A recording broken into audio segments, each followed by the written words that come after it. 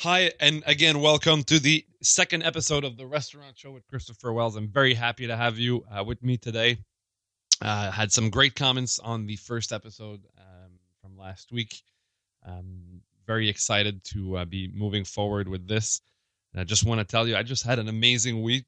It was my birthday last week, so lots of fun times. I usually try to have one dinner with friends and family, but it was almost a week-long affair. I went out Wednesday, March 19th was my birthday. Went out with some friends that night for a couple of drinks. Met up with a friend from Toronto on Friday night and had some good discussions there. Great dinner Saturday with friends where we had some amazing wines, beautiful wines from the Loire Valley, from the Jura in France, and it might have stretched that night a little too late into almost watching the sun come up, but really enjoyable times with some dear friends. A nice brunch with the family on Sunday, and back for a week of action in the restaurant world. I wanted to tell you, if you enjoy this podcast, please don't hesitate to share it on social media. That's the only way I can get more people to listen to it, and hopefully we can help more and more restaurants and restaurant owners have better businesses for themselves. So please don't hesitate to share it. And if you want more information, if you enjoy this, you can definitely follow some of the stuff that I do on Facebook at facebook.com/restaurant building blocks. And if you want to see some videos of my ugly face, you can go to youtube.com/RBB solutions. And you'll get a bunch of fun stuff on there. I'm actually about to tape some more videos. It's been a while since I've uploaded some new stuff. I usually film a bunch of them at the same time and then upload them, occasionally. But with the holidays and a few busy contracts the last couple of months, I haven't had time to put new stuff out there. But I usually try to put up a couple of videos a week. So please go ahead and check that out. And let me know how you like it. Give me some feedback. Give me some comments. I'd love to hear what it is that you enjoy. And let's move on with the second episode of the Restaurant Show.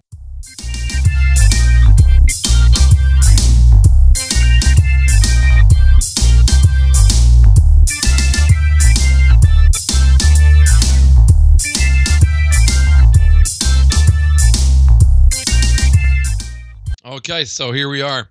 First item of business today. I want to talk about consultants, restaurant consultants, but mainly chefs as restaurant consultants. I was, as I mentioned in the first episode, I was at the CRFA show in Toronto, which is the largest restaurant show in Canada. And it struck me as kind of interesting that, most shows on TV show chefs, cooking shows, but also if you look at the kind of reality TV shows, and I guess Gordon Ramsay with his Kitchen Nightmares was one of the first. A lot of the shows that do restaurant consulting or reviews are done by chefs. And a lot of times they don't really touch on the front of house aspect, right? They'll touch a little bit on the look of it, but you rarely hear any of these shows. There was the opener with David Adjie. That was a great show that I really enjoyed. There was Restaurant Makeover that was based in Toronto that played all over. And I guess a follow-up to that one, Restaurant Takeover or something like that. But very chef-driven or in certain case, designer-driven. But they're all never really focused on the front of house, I find, and the experience, right? If we go on the basis that the experience from the guest point of view touches on the atmosphere, on the service, and on the food, it's very funny to me that most of these shows rarely do touch on the service aspect. So I guess I understand why a lot of people go to chefs as consultants. They're attracted to guys, big personalities that are loud, that are in your face, and I guess it makes really good TV. And don't get me wrong, I know that some chefs are great as consultants. I just find that some of them maybe are not as complete as can be. A lot of times when I help restaurants, I really focus on execution, and sometimes actually some of the food I suggest to my accounts that they should take off the menu. So sometimes the problem is not because the food is not fancy enough or complicated enough or chef driven enough. Most people just want good food at a good price. And obviously, if you're higher end, you probably do need a chef, but a lot of restaurants would be more benefited having a kitchen manager. So that's why I feel sometimes chefs, their focus is on the end product, right? That's in the plate. It's not all some of them are, but my main concern is that it's not always on the cost, and controlling costs and food costs and understanding that the experience has got a lot to do with the server and the front of house and the knowledge there and the whole atmosphere.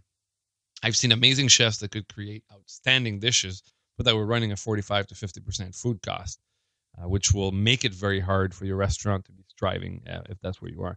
Sometimes some chefs are well-rounded. I've had the chance to work with some amazing ones, but people skills-wise, sometimes, they're rough around the edges. So the leadership skills can lack from there. A lot of the restaurant success will come from developing a culture that the staff, first of all, believes in, and then the guests and the people who come in, kind of buy into that culture and that concept. I just find, and that's the reason why I don't use the word consultant in anything where I present myself with restaurant building blocks, is I always introduce myself as a coach, because I coach restaurant owners on managing, their restaurant better, on using systems to control costs and run the operation more tightly. I present myself as a trainer because I do in-restaurant trainings with managers and with service staff and with bartenders, and as a keynote speaker, because that's another thing I really enjoy to do, is to speak at different events. The word consultant to me is, every time I've done consulting, I feel that as long as I'm in the restaurant, it works well, and I teach a few things, and a lot of times people go back to their old ways, which is one of the things that happens with a lot of those TV shows, is that once they leave, people go back to their old menu. I think I talked about it in the last podcast. But I feel that when I coach and train, well, whatever people take away from it and they decide to apply is because they've learned something, they've discovered something, they've kind of grown within that process. I don't want to just be providing results when I'm there. What I want to do is create a change in that person so that it affects the restaurant down the line. So that's why I prefer to use the word coach, trainer than consultant. While most consultants, and a lot of times, as I said, I guess my grievance is that they're chefs, and that sometimes chefs have no experience front of house. So if you don't understand the whole concept, if you don't understand the whole operation, how can you be an efficient consultant? It's not just about the food cost. Food cost is a big part of it, but there are other things that relate to the experience than the food. And sometimes I'd rather have simpler food, but better execution and consistency, and that's going to bring back people. So keep that in mind if you're ever looking for someone to help with your restaurant. What they should provide you is a system, structure, to help you manage, so it all does not depend on you, okay? And they should help you create a better experience. That's how you achieve success in the restaurant business, is a proper experience that the guest is satisfied with when he leaves. And as I said before, the experience is three things: the atmosphere, the service, and the food. Now, when those three things are positive and you create a good experience and the guest leaves happy, then you've done your job, and there's a good chance that you'll be able to bring them back. You need to ask questions if you're going to hire a chef consultant, or any consultant for that matter. Ask questions to find out what their focus is. Don't let them guide you or guide the conversation and tell you, well, here's what I'm going to do for you, and here's what we're going to do with the food, and here's the reviews that I've had in the past, or here's how this needs to get done. No. Ask them questions to find out what the focus is. If it's on the guest experience and on execution and on making sure that cost controls are there and then there's systems in place and that they're organized, don't be wowed by a fantastic dish, okay? If you're going to hire a chef for a chef, yeah, you want him to be able to cook. But if you're going to hire a chef consultant, you want to make sure he understands what your restaurant needs to be successful. Their understanding of service needs to be a priority. Okay, it needs to be something that stands out, and their focus when what stands out of that conversation should be controlling costs, creating a culture in the restaurant, to be concept driven. So be real for what you are. If you're a coffee shop, don't try to be a 5-star restaurant, and if you're a 5-star restaurant, don't try to be a pub.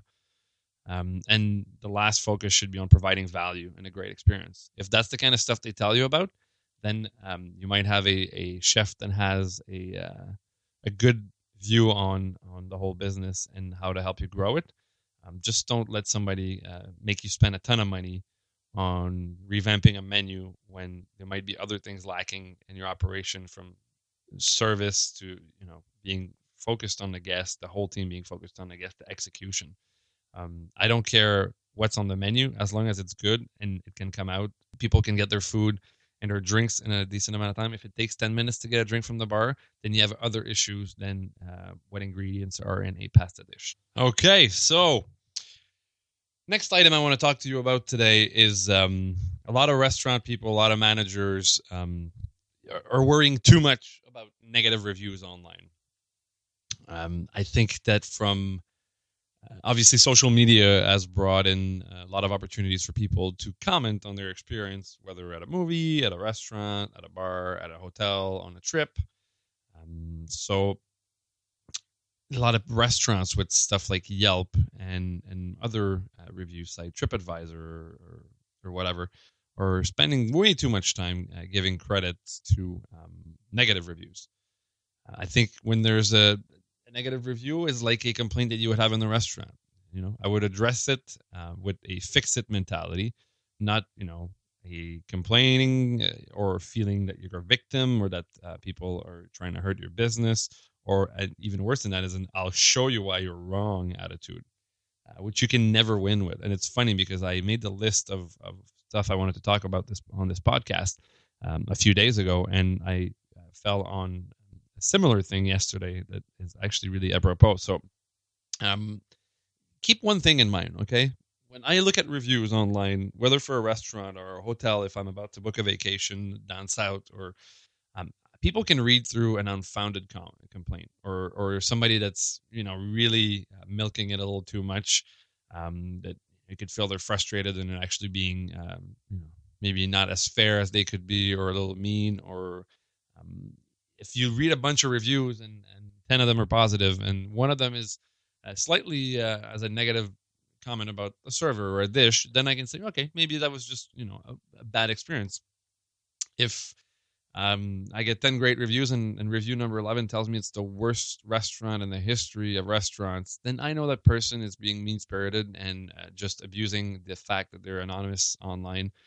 Most people can make the difference, so don't give too much attention to those negative reviews. And as I said, if there is something to address it. I remember I saw one online that I thought was really well handled, where a lady was complaining about a fish dish basically swimming in its oil or butter and not being proper, especially for a restaurant that was advertised as being a fish restaurant.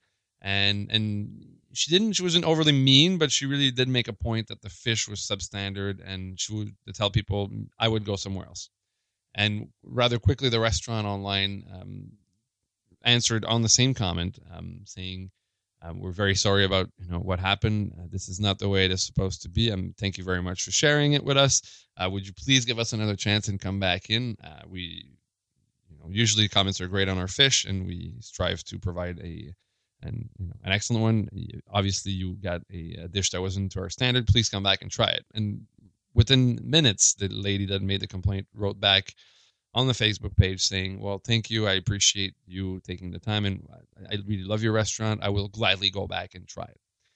So that was positive. It was, as I said before, it was with a fix-it mentality, right? That it was approached. This is not how we do things. We want to do it better if you give us another opportunity. And it showed people who saw the complaint and how it was handled online that they really cared about their guests' experience and how they felt, and that they really wanted them to come back, right? I've always used a line: I hope you will give us a chance when something happens and I'm trying to handle a complaint. I hope you'll give us another chance. I hope to see you here again, and I want to make sure your next experience is up to our standard and up to your expectations. And this way people feel like you genuinely do care. The one I saw yesterday, and this happens quite a bit, right? People that are kind of biting back or fighting back online or answering reviews. A chef locally here, who's actually a gentleman I've had a chance to work with that I really respect, opened up a restaurant about a year ago. And I guess a blogger came out with a blog recently about an experience they had on Father's Day, which would be, I guess, last year's end of May or beginning of June. And they came out with a review like last week. And his answer was to kind of fight back on the person's blog, saying, "Well, you're wrong on the price and you're wrong on this, and it was hard for you to judge us like this." It was actually very polite, but I just thought that it was more like, let me tell you why you're wrong. And I don't think you can ever win when you do that. So they, I guess, mentioned the item that they had. at a wrong price. So he corrected them on price, and he told them that they just recently opened at that time, and that obviously it takes a few months to weed out the kinks when you open up, and that they were doing a lot better. And then he felt that blogging about it 10 months later or 9 months later showed maybe a little bit of bad intention or mean spirited.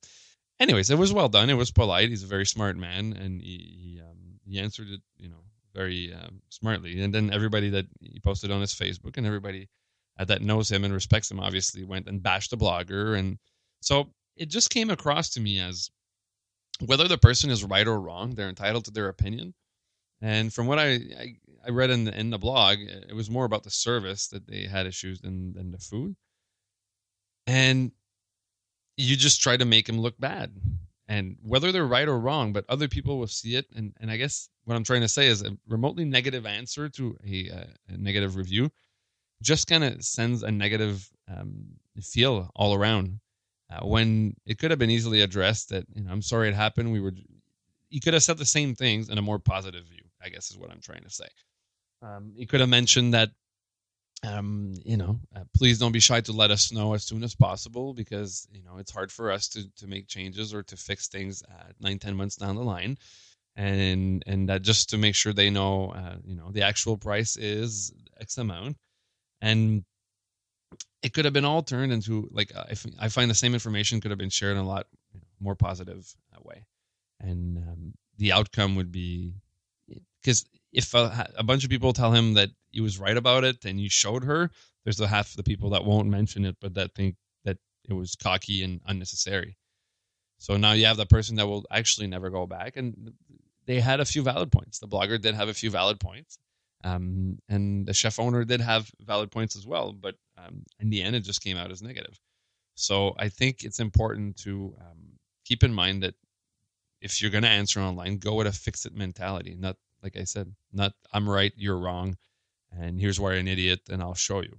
I know it's hard because we work really long hours in our restaurants, and we work hard at them, and sometimes people are a bit unfair or they don't understand, but it's not their job to understand how hard we work or how hard it is or why there are problems. I always tell my clients, you are compared to what everything else is out there. So if I go to a restaurant that's been there for 10 years, that's got an amazing team in place, my money's worth the same at that restaurant as it is in a new restaurant. So the new restaurant should make sure that it can operate properly. It should train properly. Yes, there'll be problems, but you should try to not, it's not the guest's place to suffer and pay for that because you're new, right? You should be able to have a reaction at that point if there is an issue and make sure that it gets handled properly. So that, because my money is worth the same in a little restaurant than it is in a 5-star restaurant. So you can't, your situation and the backstory of your restaurant is not the guest problem. The guest goes out to spend money on an experience. If you can't provide it, either charge less money or practice, but it's not the guest's place to do that. And as I said, anytime you argue with them, even if it's done politely, it doesn't look good. Another restaurant I know had a complaint on TripAdvisor, and I saw that the owner was personally answering people's comments, and mostly they were positive. So he was very happy to say, "Thanks for your comments. We'd love to see you again." And then one person had a complaint about their brunch buffet on Sunday morning, where she said that we just felt it was a little thin for close to $30 a head. I guess it's 27. And we felt there wasn't that much selection, and the dessert selection was very average. We weren't really impressed. We always loved going to that restaurant. The owner's point was, again, to not say, thank you for your comments. He went with the, we feel that we provide value because here's what we have. We always have 8 to 9 selections of desserts. Basically came across as a big douche. It did not make me feel like, oh, you told me how many desserts you have and you just justified the price of the brunch. So I guess I'm an idiot. So you are right because you just told me how right you are. That doesn't work like that. That person, if they read that comment, said, I don't want to see that pompous prick again. And I'm not going to go spend money at his place because there's 50,000 restaurants where I can go have brunch within half hour of my house. So he lost on that one. And he lost with that guest, and he lost with pretty much anybody else who read that would have thought that it was pretty pompous and didn't really show a lot of care or value or interest in his guests. And I would have liked to see, I'm very sorry that you felt that way.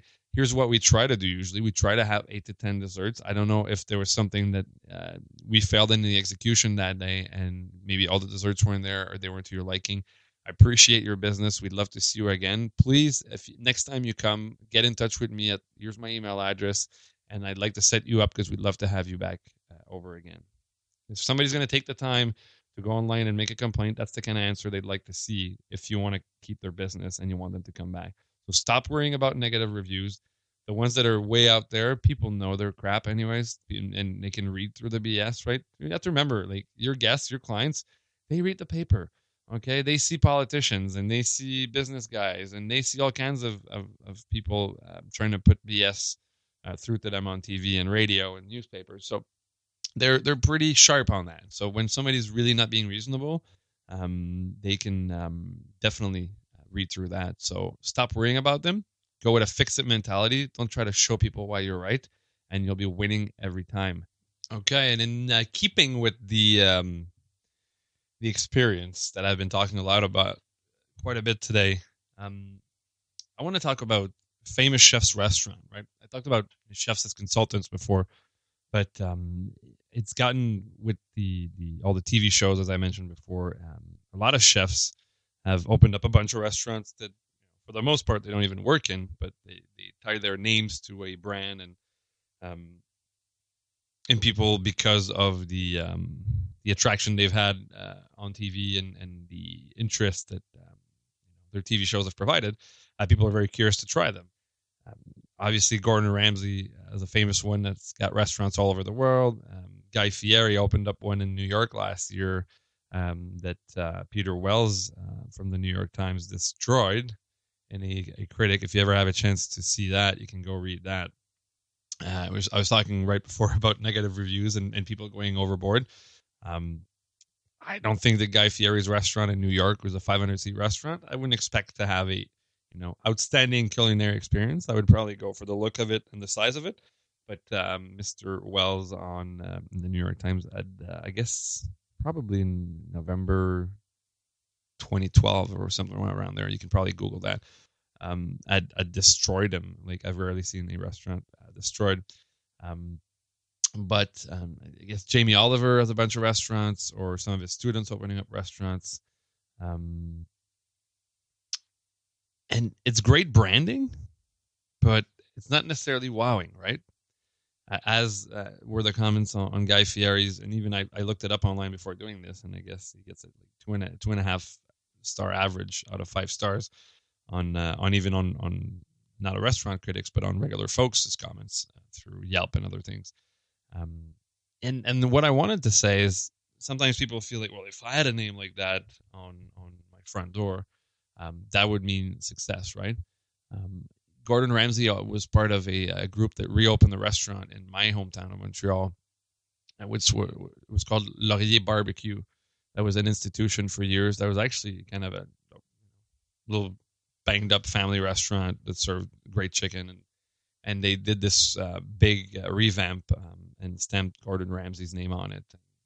Basically, they had trouble with the owner. Had one of the partners that was operating it had problems with Gordon never being there, because I guess he had said that he would be spending time there, and it really just, he came, did the menu, brought his team in, and basically never went back after it was open. And it actually closed.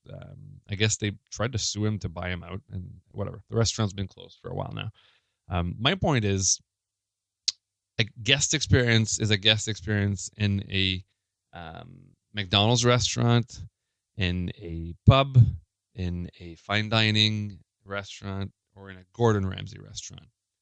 If I don't get value for my money and I don't leave the door happy, it doesn't matter. And I wanted to tell you about an experience I had in a famous chef's restaurant in New York. I guess it was September 2012 for my girlfriend's anniversary, for her birthday. And we decided to not go to the dining room, because after looking at the menu, it probably would have been easily a $500 meal. And it was part of a hotel, and they'd rebranded the restaurant with this famous chef, who obviously, I guess, probably didn't spend much time in there, because got too many of them. you can only split yourself in so many ways, and you can only find so many suitable people to work with if you have restaurants all over the world. So we decided to hit the bar, and I had called in advance to make sure that we could, if there was a menu for food in the bar, and we could have a couple appetizers and a bottle of wine. And so we got ready, and my girlfriend was pretty excited to see it too. I really wanted to go, seeing what I do and for a living, and she's in the industry too, and she was quite happy to go there. So we made our way there. I guess 7:30, which is a busy time for restaurants. It was a Thursday evening, and the food was decent. It was great. It was okay. I mean, it was nothing that was notable that would bring me back if the famous chef's name on the door wasn't making the food taste 10 times better than it would anywhere else, right? So that's where I say it's great branding. But when we came into the restaurant, there's definitely a manager that was having an argument with another manager. Enough that I couldn't know what they were talking about, but clearly there was a heated discussion going on within everybody's view at the front door. After we sat down, it took a while to get some drinks, but it was busy, but not that overly busy. I saw the manager that got into a fight bring a bunch of envelopes to the bar after we'd been there for a while, auctioning paychecks off, which would be a big no-no in any restaurant for me, but especially not in a 5-star, famous chef restaurant in New York City. So she was calling out people, and Mary, here's your check. Bob, here's your check. Enough that I could hear her calling the names from behind the bar to hand people their paycheck. That was quite inappropriate. The sommelier, when we ordered the wine, made a reference that it was an okay wine we'd selected, and that the house, the vineyard from which wine we selected, have this other wine that is really good. So pretty much told us that our selection was crap, and I guess he was unimpressed with our selection. Other than that, it was an enjoyable evening. Our server was very nice. The food was good. The wine was good. I eventually made my way to the washroom, which was this fancy long corridor with little it was really funky and well done, and I'm sure it cost a fortune to build. But when I got to the bathroom, there was no more paper after I washed my hands. There was a full garbage can with paper everywhere on the floor. The toilet paper rack was half ripped off the wall, and there was water everywhere on the mirror and the sink.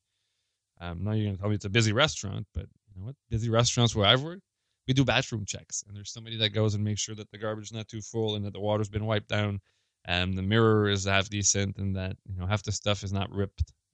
Which goes back to say that I'm pretty sure if that famous chef had been in his restaurant that night, he probably would have noticed these things, because there's a reason why he got to be where he is today, and I'm sure that he's a professional.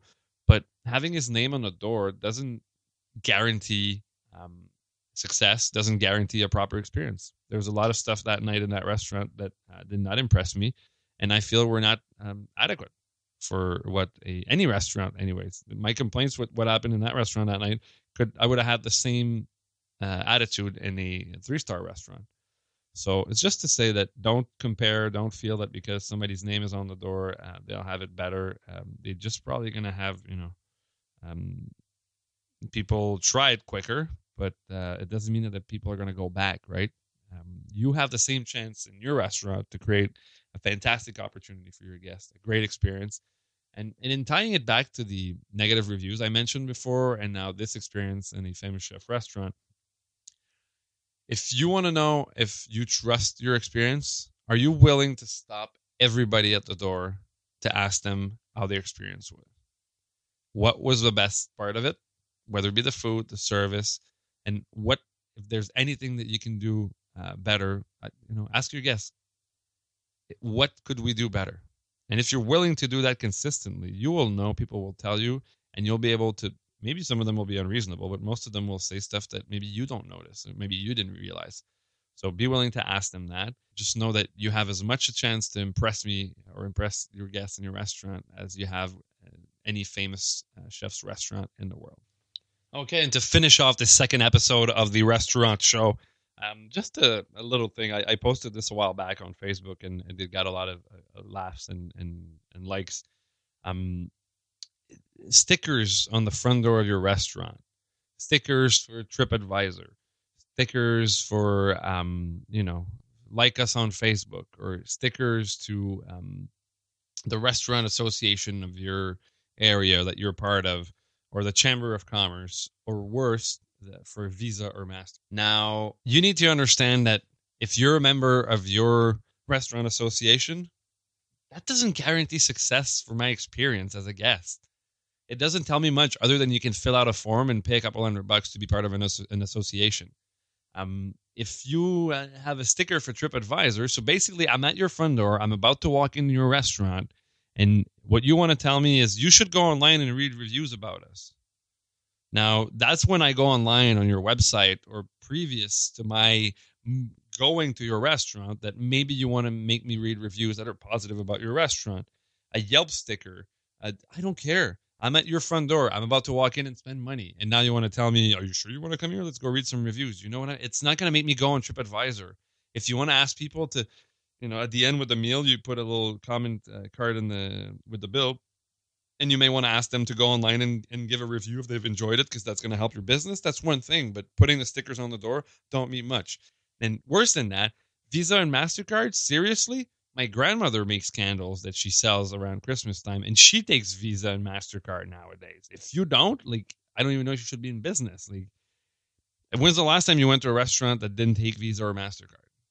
Right? Because, if you open up a restaurant, that's a bunch of people are going to want to pay with those, so you're going to be able to take them, right? I don't know if you've seen the ad on TV. There's this new little thing that you can plug into your iPhone, and it'll set up an account for your business, and you can take credit cards. They're showing a mom who has a daycare at home, and she can take credit card payments. So stickers on your door, other than look like crap and kind of stuff it all out, on your door, hours are fun. A menu close to the door if you want to put something. But the stickers, it's kind of like a mug that says "World's Best Dad," right? They sell them to everybody. It doesn't mean that you are the world's best dad. You could be an abusive, not very attentive father and have a mug like that, and that doesn't tell me to show me you're a good dad. I want you to, I want to see how you treat your kid. So keep in mind that the stickers on the door, and there's some restaurants that abuse that stuff, that have 20 of them. They don't mean much. I don't have time to read them. I'm walking in, and they just still look. They get to look kind of dirty after a while, because the sun hits them and they change color, and it doesn't look really good. So, not necessary to have all those stickers on your door. Other than that, I want to thank you very much for listening to this second episode of The Restaurant Show. I am Christopher Wells, your host. I'm very happy you were here. I hope you will give me some comments on how you enjoyed this episode. And if you did enjoy it, do me a favor and share it with a few people and get more people on this thing and listening to this. And if you want to make sure that you don't miss an episode, you can easily click a link to follow this podcast. And I'm sure this way you'll easily find out when the next episode comes in. Thank you very much. Have a great day. Have a great week. Go take care of your guests and make that restaurant a success.